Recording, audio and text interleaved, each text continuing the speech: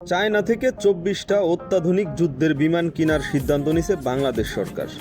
পাকিস্তান থেকে আকাশের মহারাজ F-17 কেনার কথাবার্তা চলতেছে। সেই সাথে তুর্কি থেকে আমাদের নিজস্ব ড্রোন প্রযুক্তি উন্নতি করার জন্য বিভিন্ন ধরনের সাহায্য সহযোগিতার কথাবার্তা চলতেছে। আমাদের নিজস্ব যে অস্ত্র তৈরির কারখানা আছে এইটারে ডেভেলপ করার জন্য, উন্নত করার জন্য বিশ্বের বিভিন্ন উন্নত রাষ্ট্রের সাথে কথাবার্তা চলতেছে। ইউরোপের বিভিন্ন দেশ থেকে আরও কিছু অত্যাধুনিক যুদ্ধের বিমান সংগ্রহের কথাও চিন্তা করা হচ্ছে। আমাদের নিজস্ব রাডার সিস্টেম বসানো হয়েছে। সেই সাথে আমাদের সামরিক বাহিনীকে আরও অত্যাধুনিকভাবে ঢেলে সাজানোর জন্য সর্বোচ্চ প্রাধান্য দিয়ে বিভিন্ন নীতিমালা গ্রহণ করা হচ্ছে। আশা করা যায় আমাদের আকাশ, আমাদের মাটি, আমাদের সাগর ৩০,০০০ কোটি টাকার এক বিশাল বাজেট ঘোষণা করছিল। এইটা দেখে আমাদের মাঠের যারা বিরোধী দলগুলো আছে তারা নাক সিটকাইছিল।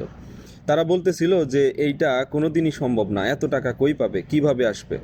তো কথা হচ্ছে, জনগণ যদি সহযোগিতা করে তাহলে সরকারের এই বাজেট বাস্তবায়ন করা কোনো দিনই অসম্ভব কিছু না।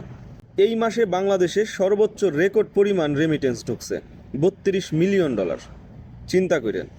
তো কথা হচ্ছে, ওই যে অনেকে গান গাইছিল না যে রেমিটেন্স বন্ধ করে দিবে, এই করিবে সেই করিবে, কিন্তু বাস্তবতা হইতেছে রেকর্ড, এই মাসে রেকর্ড হইছে যে এত পরিমাণে, সর্বোচ্চ পরিমাণে বিদেশিরা, প্রবাসীরা বাংলাদেশের রেমিটেন্স পাঠাইছে। এই হইতেছে বাংলাদেশের বর্তমান সরকারের শক্তির জায়গা।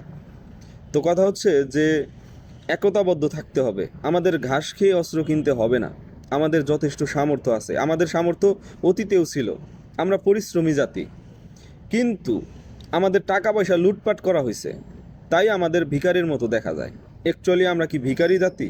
না, আমরা যথেষ্ট সমৃদ্ধশালী একটা জাতি।